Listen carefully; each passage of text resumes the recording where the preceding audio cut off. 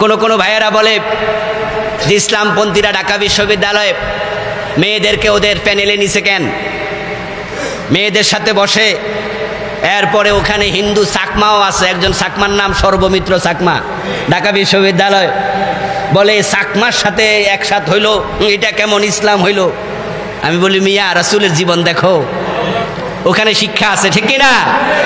যে ঢাকা বিশ্ববিদ্যালয় ইসলামওয়ালারা নাম বলতে পারতো না, আগে নাম নিলে ফিরায় মেরে লইতো, সন্দেহ করে ফিরাইতো। ওখানে বিজয়ের জন্য মদিনার সে আদর্শ অনুসরণ করেছে, এটা রাসূলুল্লাহ সুন্নাহ। আকল না থাকলে হইব না।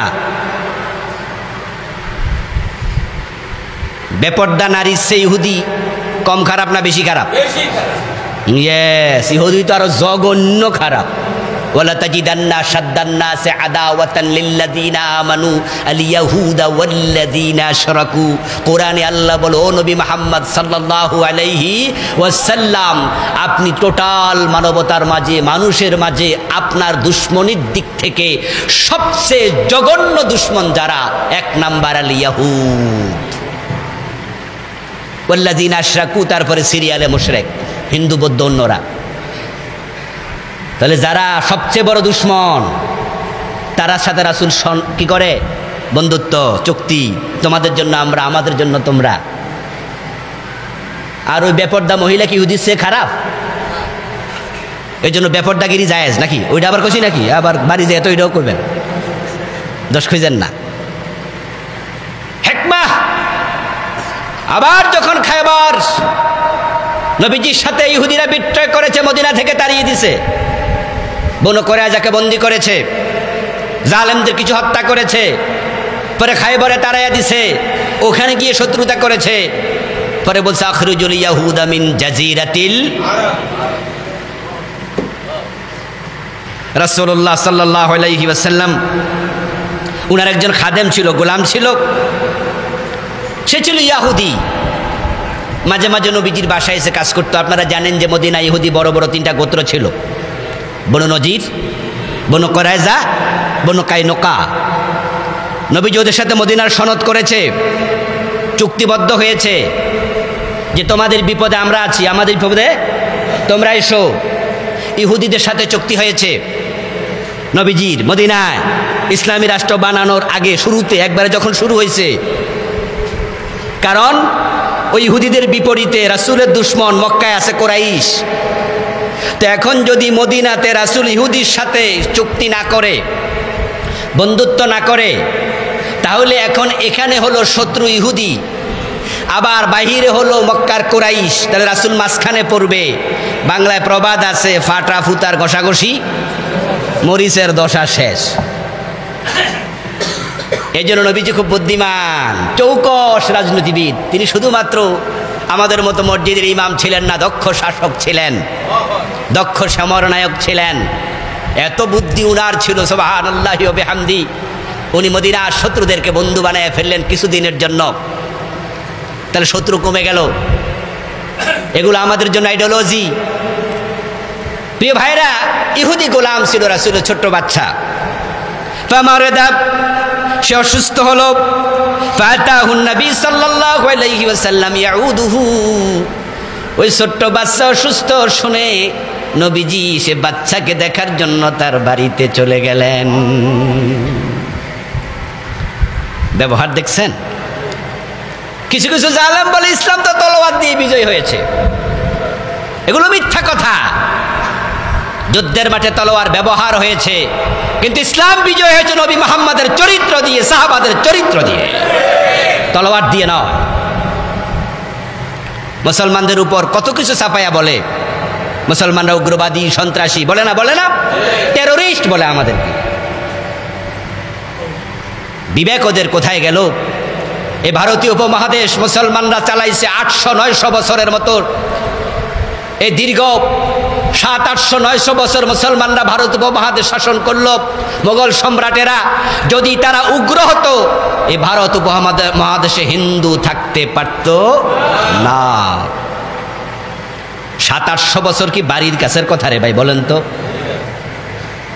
যেখানে পলাশির আম্রকাননে নবাব সিরাজউদ্দৌলার পরাজয়ের পরে এই উপমহাদেশ ইংরেজরা শাসন করছে মাত্র 190 বছর। 1757 থেকে 1947 পর্যন্ত 190 বছর। এই মাত্র 190 বছরে তারা ইসলাম জবাই করে দিচ্ছে। দাড়ি পর্যন্ত মুসলমানরা রাখতে পারতো না, ট্যাক্স দিতে হতো। আর মুসলমানরা শাসন করছে 700 বছরের বেশি। হিন্দুদের মন্দির আমরা সব ভেঙে লেছি, ইসলাম বলে নাই তো। এরপর ওরা আমরা সন্ত্রাসী বলতে চায়। বাবরি মসজিদ ওরা ভাঙছে, আমাদের মসজিদ ওরা ভেঙে ফেলছে।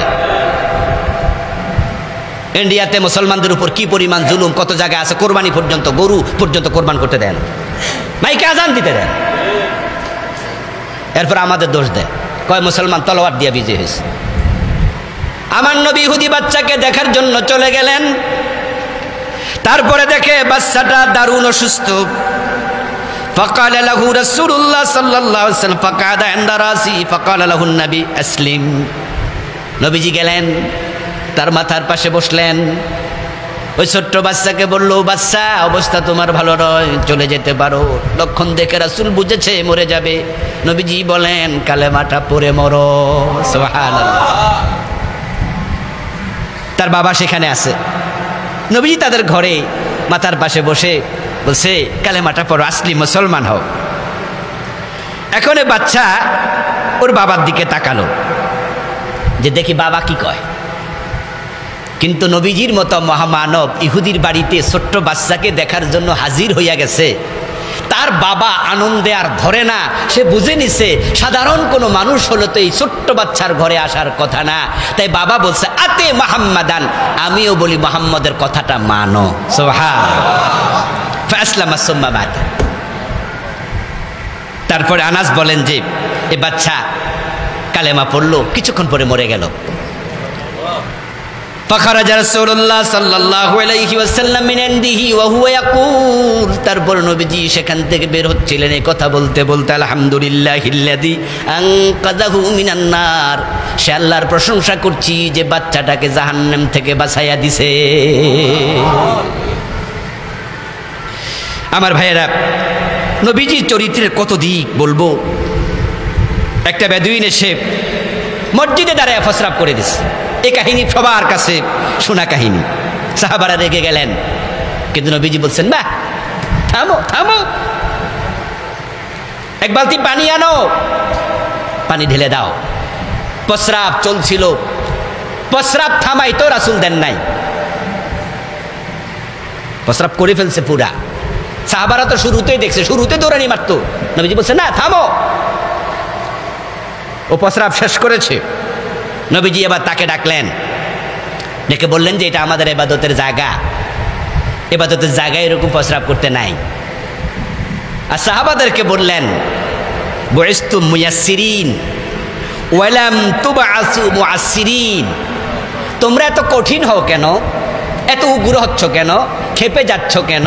আল্লাহ তোমাদেরকে নরম হওয়ার জন্য বানাইছে, কোমল হওয়ার জন্য বানাইছে। তোমরা মানবতার জন্য কোমল হও। ও মিয়া, এটা ইবাদতের জায়গা, এই জায়গা প্রস্রাব করতে নাই। আর সাহাবীদেরকে বললেন যে এক বালতি পানি ঢেলে দাও, তাহলে পরিষ্কার হয়ে যাবে। প্রিয় ভাইয়েরা, আসুন না আমরা এরকম করি, সবার সাথে ভালো বিহেভ করি, ভালো আচরণ করি। যাদের মাঝে একটু কঠোরতা কাঠিন্যতা আছে, আল্লাহর কাছে দোয়া করি, আল্লাহ তুমি আমাদের সকলকে উত্তম ব্যবহারওয়ালা বানায়া দাও, বলেন আমিন।